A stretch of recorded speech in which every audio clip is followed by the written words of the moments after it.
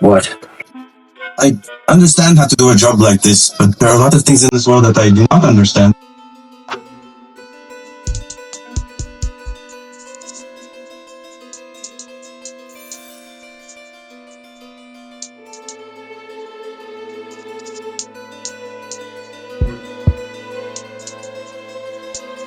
No matter how hard I try, and it's not easy. People don't explain it to me because they think I'm different. I think there's something wrong with me. You are right about that. Next.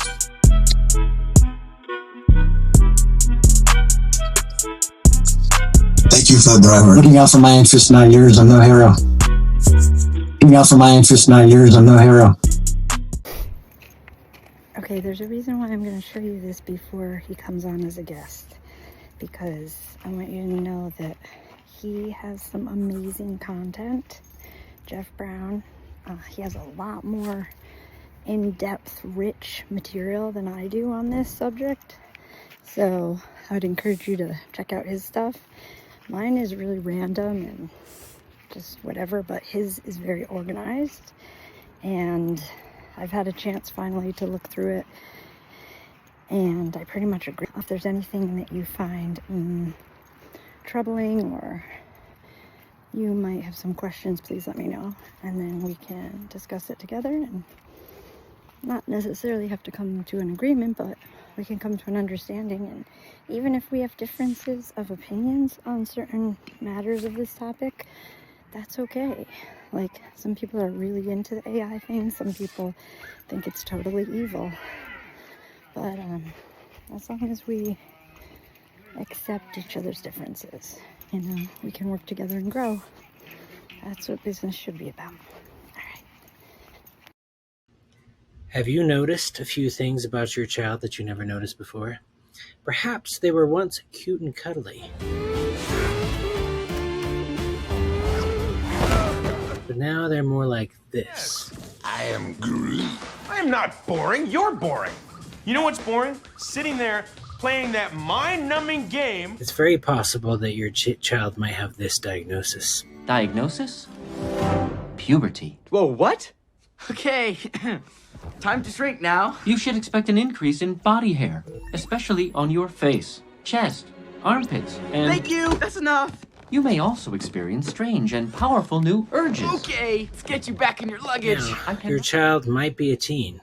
I know that's a word that scares a lot of parents, but there's no need to do anything rash like this. She's totally unresponsive when we talk to her. Her eyes just roll back in her head. Caitlin, honey, it's your dad.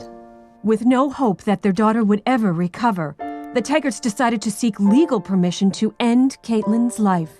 We just keep reminding ourselves that the real Caitlin is already gone. That's just her body texting. But now, don't worry. Your child is still in there. But what's not always obvious is that the way teens see the world is not simply a choice or an attitude. Instead, it's the consequence of a changing brain that's right on schedule. Who they are right now is biological and inevitable. Now, one of the things that really is heightened during the teen years is this sense of what other people are thinking of them. Now, David Eagleman didn't experience... Jeff Brown is an autistic ADHD high school teacher. For 26 years, he has been teaching. He has 6 kids, some of which are neurodivergent. He's taught at schools on how to work with neurodivergent kids. He has published one book called Seeing People, with another book coming out next month called Seeing Relationships.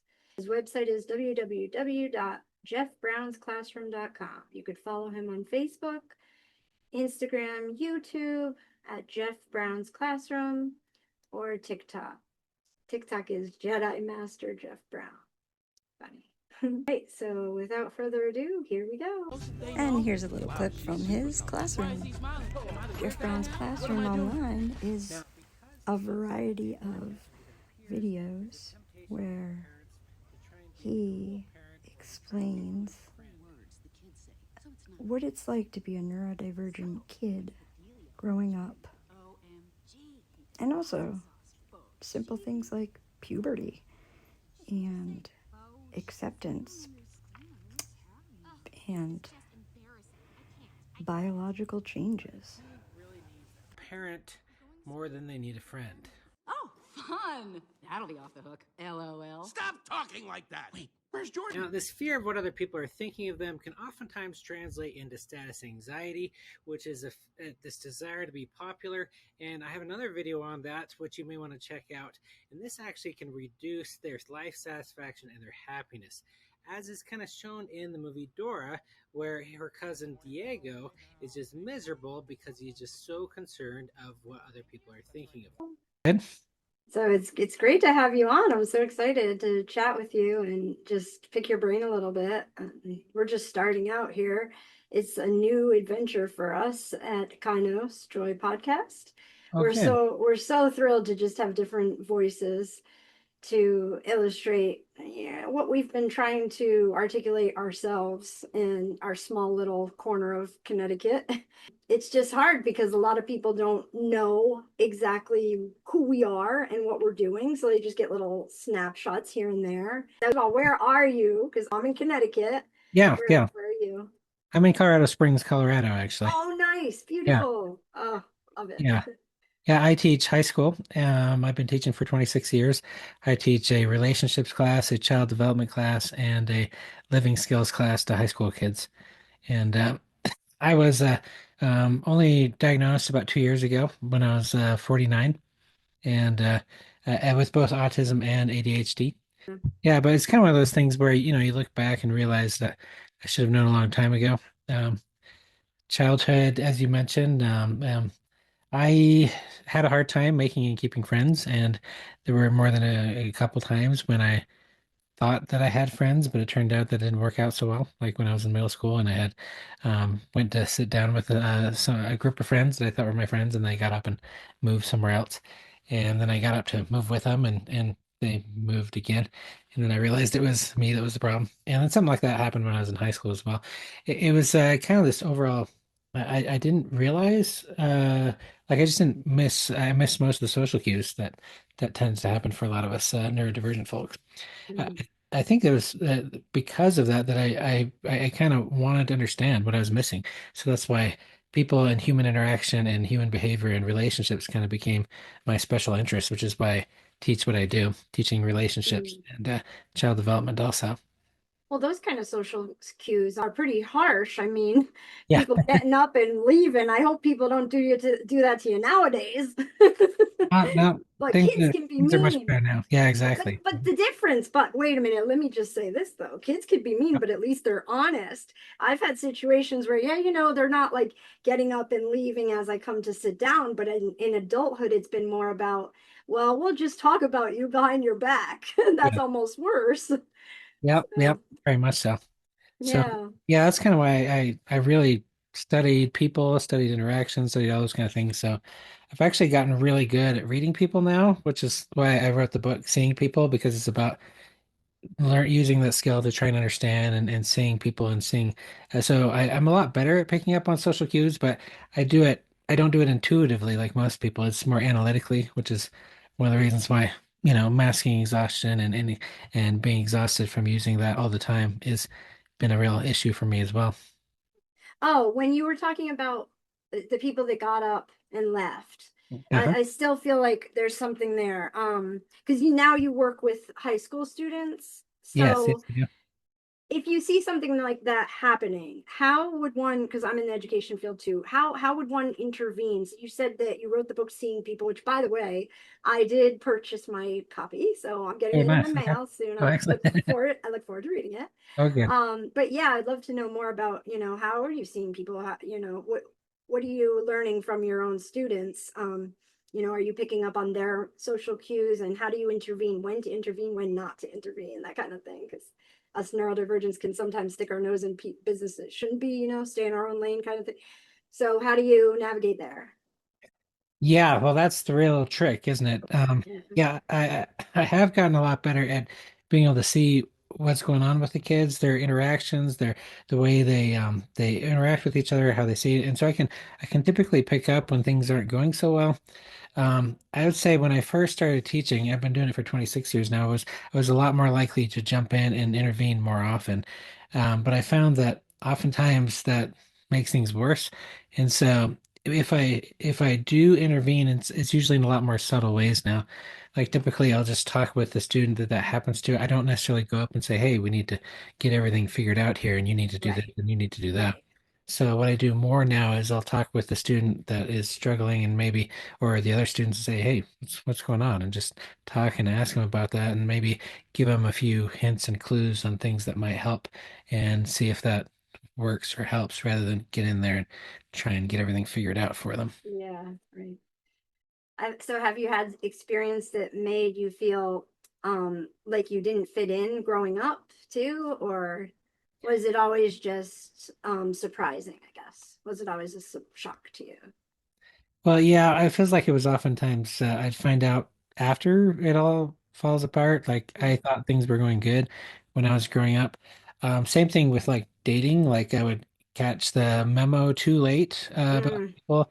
Like people, there were stories that they were giving me hints and clues, and I just didn't pick up on them. And mm. by the time I did pick up on them, they'd moved on to somebody else. So that happened a few times when I was in high school. Ouch.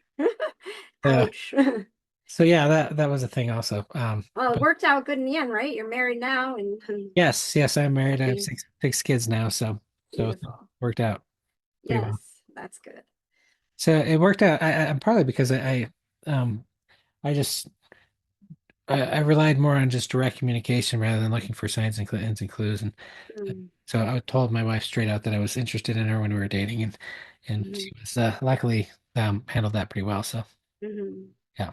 Now, is she, how does she, I don't know if this is, you could cut this out if you want, but is she on the spectrum or is she, it's up to you if you want to divulge that All right. information or not? Or is she more neurotypical, or how much can we talk about that a little bit or in the dynamics? Yeah, I'd say she's pretty neurotypical actually. So Okay, yeah. okay, Uh-huh. okay. So She's that's good great. too, because then we know that the neurotypicals can understand the language of the neurodivergents. It's not like, because we don't want this to be about neurodivergent versus neurotypical. In fact, Yeah. we want to bridge that gap, right?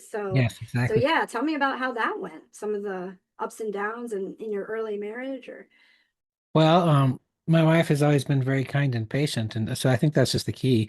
Whether you're neurodivergent or neurotypical, if you're kind and patient, then you're willing to work through some of the miscommunications and things like that. Although I have to, there were a lot of times that there were miscommunications and different ways of communicating and speaking. And again, looking back, since I didn't get diagnosed until age 49, I didn't realize that a lot of the issues and problems that we were having was because of I just saw things differently through a mm, neurodivergent brain.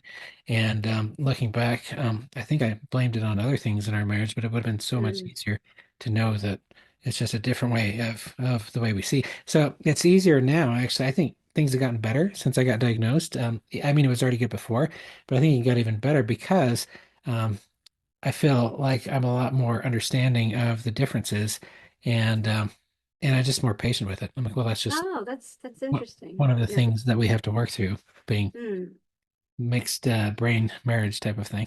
Feel like you don't have to hide anymore. You could just be more yourself and then let her be herself and talk things out and understanding each other's needs maybe a little more because you Yeah, know more about autism. Yeah. yeah, That's exactly. interesting. I've heard that same thing from another gentleman I interviewed who's in his 50s and he got late diagnosed as well. So Mhm. yeah. Yeah, it's interesting. It sounds like it's really helped you to have the diagnosis where if I talk to a friend of mine, I've talked to a friend or family member about this kind of stuff, they say, "Oh, you're fine," or "You don't have that," which is not affirming. That's not helpful Yeah, because that actually, what they don't realize is that actually, it doesn't do good for autism and the community of autism, and it also doesn't do good for me because it doesn't help me progress further, and it doesn't really, it invalidates all that I've been kind of like experiencing through the years. I'm not sure if I'm saying it right, but when people say, "Oh, you're fine, you don't have that," it just really makes me feel uncomfortable, not because I want a label. yeah. Do you know what I mean? I don't know if I'm And I Yeah, don't, well, I tell people that labels can be very helpful. Like, for instance, if I was diabetic, it's easier to say diabetic rather than somebody who doesn't process sugars yeah. very well. And the label helps me to know exactly what I need to do to take care of myself and make sure that I live longer, all those kind of things. So it's just a label is just a name for something that helps us understand a big overall complicated thing in a much easier Mm, way. yeah. So yeah, saying to people that they don't have that or whatever, or denying that, it's not very helpful, as you mentioned. Like sometimes I think teachers do that with their students also. They'll be like, "You just need to try harder." I liken that to like telling a kid who's in a wheelchair, "Well, why do you need to use the elevator? Why can't you use the stairs? You just need to try harder." Um, you don't really need the wheelchair. You don't need those things. So that's not very helpful. Not gonna help. But neurodivergent kids, kids in wheelchairs, they can all do what other kids can with a few simple things and simple changes here. And having the label helps us know what those simple changes are. So I Yeah, I think, guess when you can't see it, it's yeah, like you think it's not there, or yeah, you think it's an excuse, you hear that, oh, you're just being lazy, or you're yeah. just not trying hard, or whatever it is. And then the other one we get a lot is, and I'd love to hear your thoughts on this, is the age old oh, you're just what is it? You're everybody has a little autism. Uh-huh. Everybody has a little ADHD. I'm getting that a lot. And I think too it's a generational thing. The millennials are, I'm a generation X, and then there's a millennials. The millennials are a little more akin to a Generation Z. They're okay, but like the baby boomers and up, I think they from everyone that I've met that's a baby boomer are super like stubborn about it, because growing up autism was like, oh, the kid banging his head against the wall, nonverbal.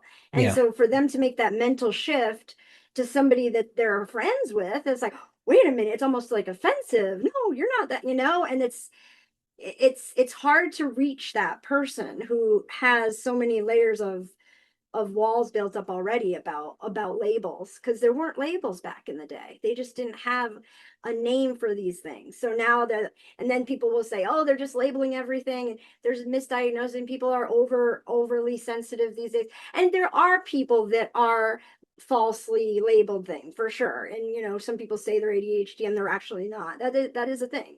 Yeah. But that being said, those of us who have had it since we were kids, like it doesn't help us when that's going on too. So there's a lot in the world right now going on in the culture, I should say, in our culture. I don't know what it's like in Colorado, but here in Connecticut, it's a little bit, there's quite a stigma right now, let's just say. The Yeah. generation. I think it is generational, and I think the younger kids are getting a little bit better at that. Like you mentioned, I think there's this false perception that we get from the older generation that everything was just fine without the labels, that everybody did just fine, and Yeah. but that is, in a sense, we call that survivor's bias.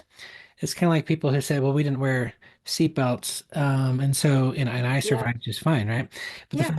fact is, a lot of people didn't survive. A lot of people Right. died, and they're saying it from the bias of somebody who did just fine. But the fact is, there were many kids who struggled and failed and didn't do well in school and felt like rejects and felt like losers, and a lot of kids didn't do fine at all. So Hmm. the labels, the understanding is an attempt to understand, like I teach child development and I study child development. And the more we can understand how different kids struggle, the more we can help them.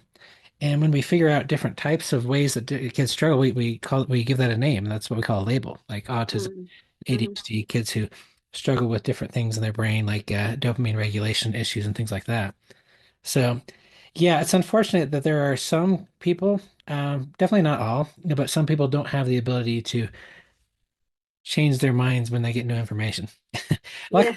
Luckily, my parents actually were pretty good at learning. When some people have a hard time with when their kids get diagnosed, but they've been Mm. pretty good at rethinking things and looking at things in a different way. So, In a different way, yeah.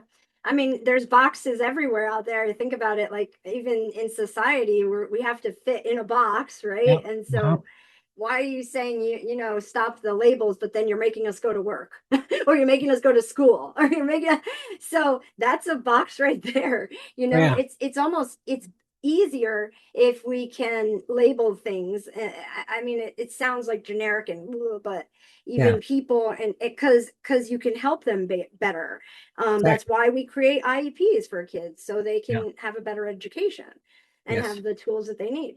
Yeah, I work with special needs kids and I love it. I really do. I just love that it's a one-on-one, heart-to-heart job. You know, I wish it was fully sustainable financially, but I have to have other jobs too. But it's a beautiful thing. It really is. And I wish there was more, you know, respect out there for those para educators, those one-on-ones that, you know, I went to school, I got my master's and all that, but I ended up just becoming a para, something so wild. And you would think, well, why are you doing that? You have your master's. I don't know. I just love it. It's crazy. And yeah, it is a struggle financially, but there's such a blessing in working one-on-one with that student. You really feel like you can make an impact, you know? Yeah. So that's what I'm trying to do. If it doesn't last forever and I have to get a higher up job, I will. But for me, especially being neurodivergent, the politics and everything, I don't feel like I fit in the mold even to this day. But we'll see. Maybe one day I'll go back to teaching. I did teach for a good 3 years and I just got freaked out and left. I totally get that. I understand. I'm But actually teaching part-time now because I had so many health problems from the exhaustion from masking. So that's what. oh wow, yeah, So I it's teach hard. part-time just in the mornings now. Yeah, that's good. That's good. Nice. Give yourself a little break. Yeah, yeah. I find myself I have to teach the first couple periods. After that, then I have to actually give myself time to re-regulate because I'll be feeling some extreme autistic burnout, which is like the like flu-like symptoms, even a little bit of Mm, nausea, just exhaustion and tiredness, and I like literally can't go on. So I have to yeah. calm down for a little bit. Yeah, I admire the people that can just go from one thing to the other. Like some people can just go from teaching to the teacher's lounge and they can eat their lunch together. I can't do Yeah, that. yeah. I never could do that. I always have to like, and I must I think people are like thinking I'm this weird, like, at one point I thought, because I was working in a city, I was so paranoid because there was a lot of rumor, you know, people were, unfortunately in the city, there's a lot of drugs and alcohol. And I'm thinking, oh my God, people are probably thinking I'm going to get alcohol and just drink in my car. Because a lot of people did do that. But no, I went to my car because I just want to be alone. Yeah. So here I'm thinking, oh no, they're gonna judge me as like somatic or something. But I just need to retreat. Even to this day, I still take my lunch in my car or I take a walk and it just rejuvenates me. And I just wish it was more accepted. Like it is, but it isn't, you know. It's like they want you to be right there with them and Yeah. participate in everything, or it's like I don't know, you automatically kind of Yeah. get pigeonholed, I guess. Yeah, I think that's a common thing for a lot of neurodivergents, no matter where they work, to Yeah. to want to eat lunch or go off by yourself or something like that. So that's one of the reasons when I'm teaching in my child development and relationships class, I teach about autism and ADHD, not just for the kids who are autistic and ADHD, but so that the neurotypicals can understand it's just a different way of being. Hmm. And when they look at people who do go off to eat lunch or any of those kind of things, then they don't stereotype us. That they Yeah. know that that's just because they have different needs, and that's okay also. Yeah. And it's not because we think another thing is that I didn't know this, but until recently, now that I'm talking about it more, that people actually think that this is just the input I'm getting, that it's because they some people actually think that we're going on people that are going off to be alone are like thinking that they're better than other people. So there's this false, I'll try to explain it. There's this false belief that like that people that are neurodivergent are arrogant. Like that's the word, arrogant. Oh, Like we're not like purposely just going off on our own because yeah, you it's don't not very friendly. they don't like people or they're not friendly or stuff like that. And it's really not the case for almost anyone I've talked to Yeah. that has that has autism or ADHD. There's one person who did say that they actually that one person said they didn't like people, but he was kind of joking. But but in for the most part, I don't think that's the case at all. I think it's not to do with arrogance. It's not like we're feel you're superior. In fact, for me, I have a bit of an inferior. I feel inferior often, and so because I have RSD and all that. So Yeah, But yeah, I don't unfortunately, know if you've got, if so. you've heard of that before, like people mislabeling you as like, oh, that arrogant, like thinking that you're above other people. Just found it very interesting. Yeah. Yeah, I think that's actually unfortunately common for a lot of Yeah. Oh, people okay. Yeah. to not just neurodivergents, but people who are introverts or I'm shy. surprised by that. Okay. It's Yeah. common. Huh. So yeah. There's unfortunately the brain is judgmental by nature, mainly because we like to uh, um our brain takes shortcuts. And these Mm. shortcuts are called biases. And so our brain doesn't like to go through the process of analyzing people and seeing them for who they are. This is literally what my whole book is about, actually. Hmm. And so it takes shortcuts and we make judgments and we stereotype and all those kind of things instead of really seeing somebody for who they are. Mm. We have to really make the effort of realizing, okay, well, why are they going off? Is it because there's a lot of different reasons why that might be, and most of them have nothing to do with Yeah. being arrogant. So, Yeah. Oh, yeah. I can't wait to read it. I'm also reading Kaylin's book. Do you know, oh gosh, now I can't think of her last name, so why did I even mention it? But she's an autistic therapist. She was on a TED Talk. She's young. She's maybe like 30. Kaylin, she was Kaylin. on Love on the Spectrum, that one. Yeah, Yeah, Kaylin. yeah, I know who she's at. I Yeah. follow her on social media. Uh-huh. Yeah, she does those funny videos. I finally got her book and Okay, I'm reading it. It's really good. I definitely will recommend it so far. I mean, I've only I'll have to gotten take through a the look at it. first chapter, but it's good. She really tells the story, her Yeah, story. well, good. I love her shows too, her little clips that she does online, little Yeah. shorts, YouTube shorts. They're funny. And it's true because I don't know, I think I stumbled across it one day when right after work and I said, "Oh my goodness, this is like exactly what I do for work." So that's when I realized, geez, I should be an RBT. Because that's when I kind of realized, wow, RBTs, I looked up the salary and I'm like, "Ooh, this is better." Uh-huh. I should just do what she's doing. It's not like that much better, but it's a little. Yeah. Other thing is like I talk about anything. Like the thing is I don't. I know you're not supposed to talk about certain things like money, politics, salaries. I can't help myself. Yeah. That's Uh-huh. another thing that sometimes gets me in trouble. Yeah. Yeah. Yeah, being neurodivergent, we got to remember not to talk about certain things like money and religion and yeah, other things. Yeah. But yeah, tangent. Okay, so school we did. All right, how about yeah, we talked about everyone's a little on the spectrum. Oh, this is what I wanted to talk about. Did all right, at home, did you have meltdowns? Were they seen as tantrums? Were your needs as demands? Like what did they how did they see it growing up since your parents didn't know? Did you have meltdowns as a kid or I remember having meltdowns, but I don't necessarily remember um, context? the context or reactions to it. I remember breaking some of my toys from time to time and getting upset about things as I grew up. But yeah, I don't remember too much of the context necessarily. Yeah. How about as an adult? You mentioned burnout, so yeah, elaborate a little bit. What would a meltdown look like for a grown person? Well, there's both meltdowns and shutdowns.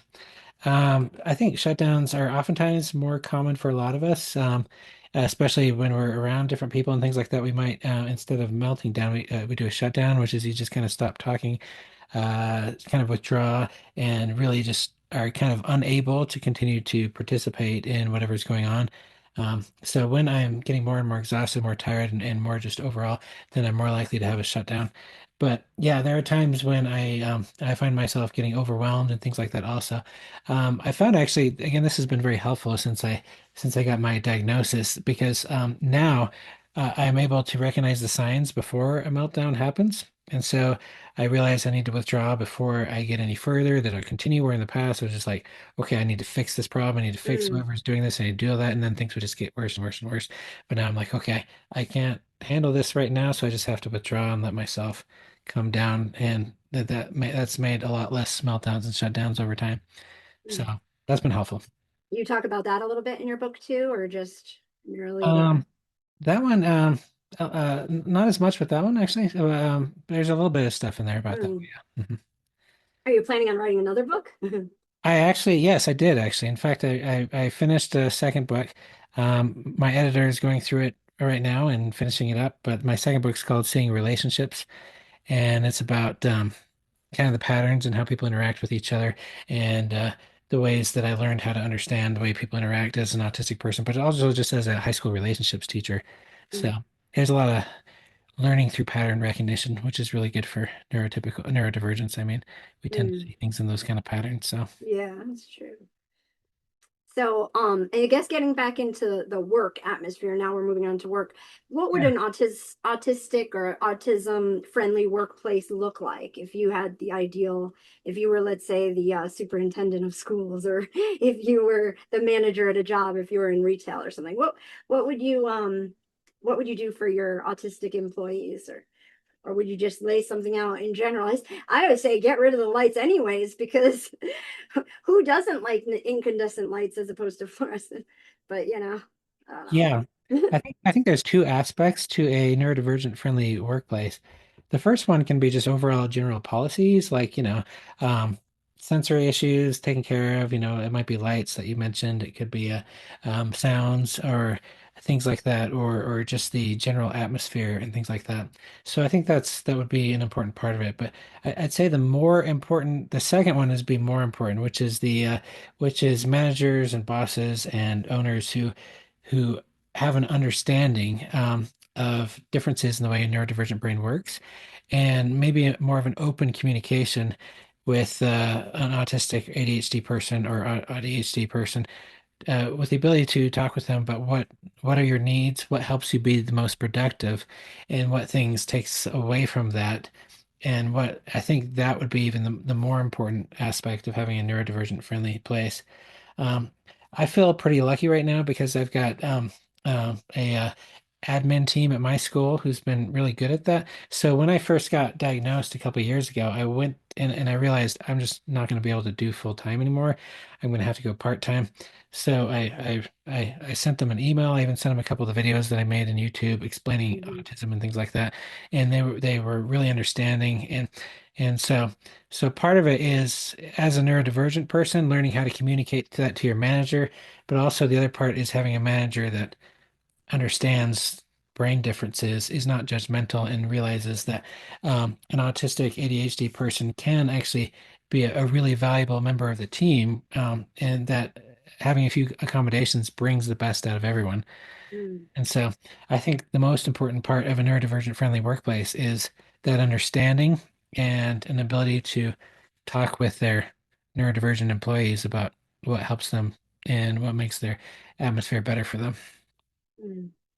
Now, what if that neurodivergent person can't articulate that for themselves? I mean, Yeah, a lot of us are, yeah, we I don't struggle with that. we don't know how to explain what we need. Even Yes. I'm not talking about full on nonverbal, but even us that are Mhm. verbal don't know what we need until we're already in the disciplinary stage of our Yeah. relationship with our bosses. Uh-huh. I'm saying this from experience in my past. Yeah, I get that. Uh-huh. Like I didn't know I was doing things wrong until I was pulled into the office and spoken to about some things. And oh boy, was I upset, and boy, did I feel judged, and I felt this is unfair, Yeah. because you're not hearing my side of it at all, and you're just believing this one person's side of it. And this was an issue I thought we resolved personally, and they brought it up to the higher up, which to me is like the huge no. Like one of my morals or whatever, I just would never do that to someone. I'm not saying I'm better than someone, but that particular thing,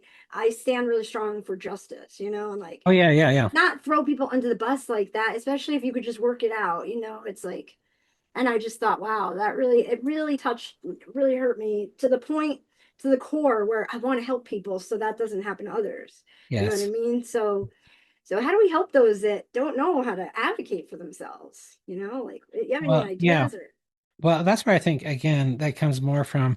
Uh, this is why I actually I spent some time going to some schools and teaching them how to understand and work with their neurodivergent students, but also to principals to teach them how to work with their neurodivergent employees. So a lot of that can be helped by having just neurodivergent aware bosses and managers.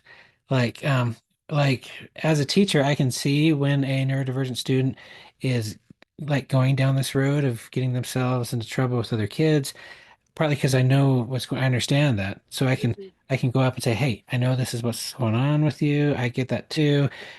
Just to let you know, there's something going on that you're not aware of, and so it's just that overall awareness. So I think again, a neurodivergent friendly workplace is having managers and bosses who understand and you don't have to be like an expert, just a few differences in the way that we communicate and the way we do things, so that when when it looks like things are going bad, and they realize sometimes these are like just cultural differences between a neurodivergent culture and a neurotypical culture. Hmm. So, Interesting. and sometimes I teach it kind of like Culture. that, Yeah, like it's a different culture. that's I don't know if you've interesting. ever listened to or watched some stuff by Dr. Megan Neff. She is autistic ADHD therapist, and they do with her and Patrick do a podcast called Neurodivergent. I can't remember what it was, but in any case, she talks about cultural differences. Like there's one study, it's called the empathy. Uh, um, what happens? I'm sorry, I'm having a hard time remembering the names of different stuff also. But what happens? They found that neurodivergent people are really good at communicating with other neurodivergents. And neurotypicals are really good at communicating with other neurotypicals. Hmm. So neurodivergents aren't bad at communicating. We're just bad at communicating with neurotypicals and vice versa. Like Hmm. neurotypicals are just as bad as us going cross-cultural. So learning the cultural differences between the two actually helps promote a lot of more understanding. So, for instance, Wow, I didn't realize that. That's a yeah, mind blow for me. Yeah, that's interesting. Hmm. yeah, it's called the double empathy problem, is what it is. Yeah, The I'll double write empathy that. problem. Oh, double empathy. Okay. Hmm. And so again, because neurodivergence, we're usually the ones blamed for the communication problems, partly because we're in the minority, and so we just they expect us to fit in with the majority. But the fact is, Mm, that it's a two-way problem, mm, and they may not realize that that we talk more directly, and they talk more in hints and clues, and they wonder why we don't get the mm, hints and clues, mm. and we wonder why they just don't tell us. Yeah, yeah. Anyways. Yeah, Oh, hitting a nerve there. yeah, uh-huh. But yeah. So the next part is fun. It's life hacks. I was wondering if you had any life hacks to share, like something fun we can talk about. Maybe an advice to newly diagnosed adults, or what you wish more people understood about autistic needs. Um, Maybe we talked about that sensory accommodation, communication strategies, recovery practices, how to recover from, maybe if you're going through something like this where you're feeling ostracized or whatever, or whatever it might be. Um, Maybe there's ways to, like, even support groups, or I don't know, how to set boundaries. We could talk about that, but just different life hacks so we can manage stress better and also be able to communicate our needs when we need to Yeah. with others. Yeah. So there's two main reasons why late diagnosed decide to seek out a diagnosis or start trying to understand autism or ADHD. The first reason is usually because one of their kids got diagnosed, one or more of them, Mm-hmm. and they start to wonder why a lot of their traits, or through the testing, they see that, hey, I kind of relate to a lot of these things, and so they may get a diagnosis that way. The second reason is oftentimes in combination with the first one, which has to do with autistic burnout or neurodivergent burnout, which is trying to fit in so long in a neurotypical culture that their brain just shuts down. And Mm. a lot of, for some people, burnout can be so serious that they can no longer work and they have to stay home. And for some people, it's just this constant, persistent, chronic exhaustion, and they can't find any other reason for it. They may have been like, I went to the doctor for constant exhaustion. I thought it was just normal because teachers are just tired all the time, but I was tired in a way that goes beyond that. And so I think for most people, when they get that late diagnosis, it can be both freeing but also not as freeing as it should be, because a lot of us still hold ourselves up to neurotypical standards. So I would always ask myself why I can't just do what everybody else does, why I can't do what my friend does, who works much longer hours and does a lot more other things. Why I can't do it like the other teachers who stay after and do all these other things. Whereas Mm. I am just so tired and exhausted by the end of the day, I can barely move. And so the biggest life hack for me was to just say, I just can't. I can't do that.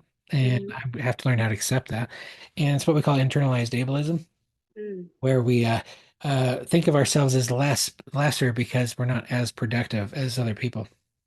So That's not good though, right? it's What's not it called? Internalized internalized ableism. ableism.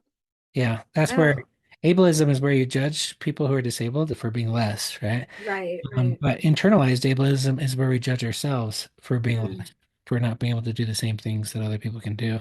right. Like sort of like have that victim mentality, which isn't healthy, you Yeah, know? just a victim, but also feeling like we're not as valuable Mm, because of struggles we've had, or just this constant feeling of not being good enough. So, so I had to learn that in order for me to do well and be happy, that I just could not. So I had to go to my principal and say, "Look, I can't do full time anymore," and that was a big, huge step for me. We had to work out a lot of things financially and other stuff and things like that as well. But I had to realize that how long I work is not a sense of how valuable I am, mm, and that I it's okay to not go to social events because I just can't. It's okay to not mm, socialize with people at lunch, like you mentioned.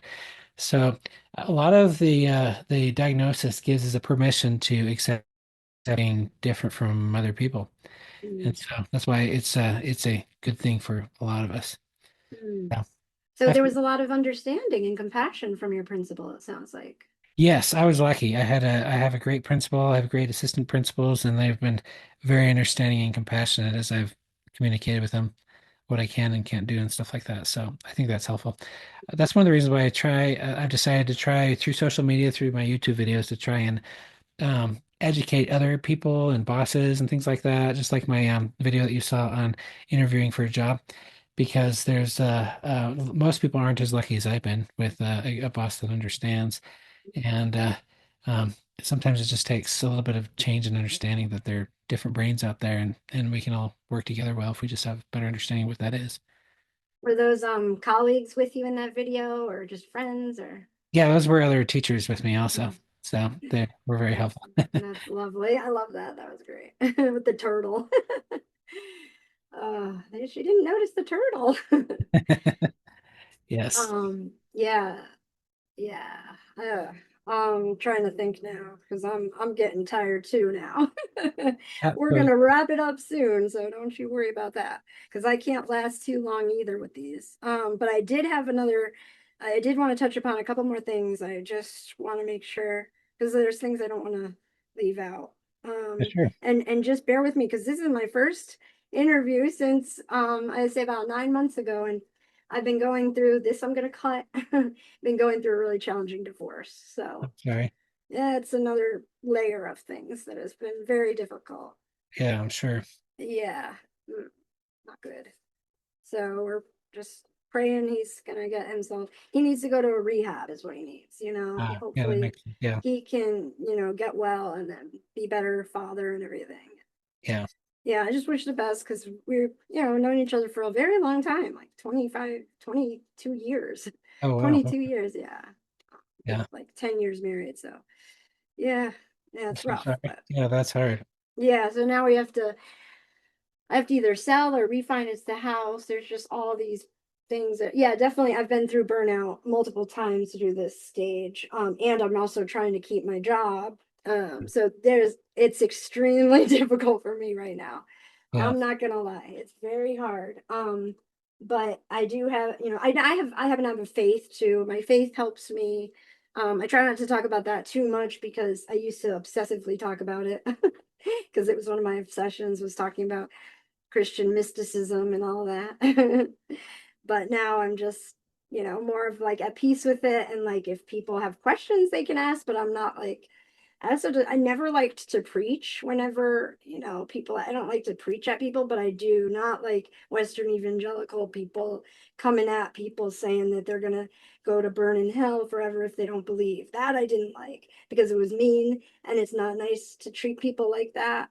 So I had to like there it is again. I had to stand up for justice, and Yeah. that's when my little complex comes into play where Well, justice sensitivities are actually pretty common for neurodivergent people also. So yeah. yeah, I've Yeah. heard that. There's lots of I'm in the workplaces. really looking forward to reading your book. Yeah. So yeah, okay. So I guess another thing I wanted to talk about, just like again, I guess it's the meltdowns, needing space, needing food, kind of knowing what you need. I've been a lot better at that, but when I didn't know, again, before I had the diagnosis, I didn't know what I needed or what was wrong with me. I had all these other diagnoses that was that because I had an experience where I this I'm not going to even put out there, but a drug related experience when I was young, and then so they said substance abuse, schizophrenia, not schizophrenia, what do you call it, psychosis, drugs, and so then since then when I stopped, that was like 15 years ago, and I stopped the drinking and the pot and whatever, and then the substances were out, so then the hallucinations were gone, so then there wasn't anything to do with any kind of schizophrenia. They knew that, but then they thought bipolar. Then they thought what was it? ADHD was always, but then all these other labels. I forget what they all were, but it was something else. But anyways, it all came. But my therapist I have now has seen me for 3 years, and she is so proud of me because I came from because of where I was before and where I'm now. She thinks, all those diagnoses probably screwed me up a little bit because I was put on so many different meds. Yeah. So it was like messing up my brain chemistry. So now I don't have to worry about all the meds and just keep it simple. I have like two meds technically. That's it. I don't, whereas before I had so many and it was too much. So I think what my point here and what I do want to be on the recording is something about, I think there's a misunderstanding that goes on in the mental health. There's like a gap that we need to fill between mental health and autism. And sometimes we can get misdiagnosed as like, say, borderline or bipolar or whatever the case may be, but it's actually autism. So how do we tell people about this? How do we let people know, maybe, if you're noticing the meds aren't working, because that's another thing about autism, there's not a med to fix it. If the meds aren't working, then maybe it's something else. And to go for, further diagnostics. Yeah. Unfortunately, I think it's very common, especially among female autistics, to be misdiagnosed with bipolar or any number of different things, and a lot of that comes from just a general lack of understanding of what adult or late diagnosed or what masking autism looks like. In general, the most autistic people I know um, have kind of a distrust of doctors because there's not really much of an understanding for most doctors about what masking autistic looks like. What they know is the stereotypical autism. They know to diagnose it in 3, 4-year-olds. They understand, which most of those diagnoses are based on a middle class white boy who it causes problems in their kindergarten class. That's how most people got diagnosed through doctors and stuff like that. So there's a lot more research coming out that just most doctors are unaware of. There's a really good book by Donna Henderson and a couple other people called "Is This Autism?" which kind of goes through about what autism looks like in a masking adult, which most doctors don't understand. Now, I'm okay when doctors don't understand or get things. What is hard is when they don't understand it, but they think they know it. They think they understand it. And I think a lot of us neurodivergents have been to doctors who are sure, like, well, you're not autistic because I know what it looks like and you don't have it. And it's not just doctors, but a lot of therapists as well. Like my first experience was with a psychiatrist who told me that I couldn't be autistic because I made it through school because autistics don't make it through school. And he's just these wrong old ideas. There's not one way. That's the thing. And like you were saying, the behavior kids, some kids are very well behaved all through school and they actually were autistic the whole time. You just didn't know it. Especially autistic girls. ADHD girls are the same way. Because of RSD, rejection sensitivity dysphoria, they're like the perfect child all through school. They're scared to death of their teacher being disappointed in them. And so they act like the perfect child. And so when they go to doctors or therapists and say, hey, I'm not doing as well as it looks like, a lot of them don't know what to do with that. So like I mentioned, Dr. Neff before, she's an autistic therapist, and she mentions how even in psychology degrees, there is very little time spent on learning autism, actually, unless you happen to specialize in that. And even then, there's not as much understanding about what masking autism looks like. So it's just kind of a gap of what the research has done in the last 10 years and what people are being trained for that needs to be overcome. Unfortunately, I'm not, as a high school teacher, I'm not really in that world, so I don't, there's not And much I can do to fix that. and that was called What is Autism? You It's were called, it's called, referencing. it's called, Oh, is this autism? Is what it's called. is this autism? Yeah. Okay. Interesting. Okay, well, I want to wrap this up. With just last minute things I talk about. If you want to talk about your book or advice that you want to give people, your last your closing statement or whatever you'd like to share about what's going on with you, and tell us about your book, whatever. Yeah. So yeah, so anyways, well, I've tried to teach people about autism, but just about people in general. So my book is about not just understanding autistic people and ADHD people, although that features prominently, but about learning how to understand everyone in general and how my autistic and ADHD brain learned to understand people. And I'm trying to teach other people how to judge less, how to understand more, how to do all that. I also have been trying to use YouTube videos and reels and things like that to try and I like to in my classes at school, I like to use a lot of movies and TV shows and Disney movies and things like that to teach different concepts. And so in my YouTube videos, I use a lot of Disney movies, I use a lot of movie clips and things like that to teach understanding of like what autistic masking looks like, about the different cultures between autism, the double empathy problem, just some general relationship things about what makes a toxic or healthy relationship. So yeah, it's always been my goal to try and help. As a teacher, I'm just a teacher at the core of helping people understand more about each other, autistic, ADHD people, neurotypical people, all of that together. Great. Yeah, we'll play. And if you want, I could play a little clip of your show too. That's what I usually do. So, Oh, sure, yeah. if there's one particularly, I'd like you to think about that between now and next week. If there's one particular clip that you want me to illustrate that you think would go well with it, I would love to, broadcast that for you. Yeah. Because you were, I personally, myself, I would like to see one because I haven't seen all your show. I barely only saw a few. Yeah. One that you My said main that one, yeah. you incorporated, like a Disney or something like that, a Pixar, some show of a popular show to illustrate a point. I would love to see one of those because I Yeah. think that'd be helpful, to the viewers. Yeah. So I'll send you through email to where you can. Yeah. And I'll edit. I love to edit and do all that. So I'll be doing that this weekend. And Oh, good. yeah, and then I'll get back to you and I'll show you what I got. And if there's anything in there that you're like, oh no, get this out, that's fine. And Oh, it'll be fine. I think Yeah. you'll like it. Yeah. Well, thank you so much for joining us and Thank you for inviting me. spending some time with us. Yeah, appreciate it. Good luck Appreciate to you as you you're a going lot. through this. Yeah, thank you. Thank you. All right. You have a good night. I'll see you later. Bye. Bye. Okay, so that was beautiful.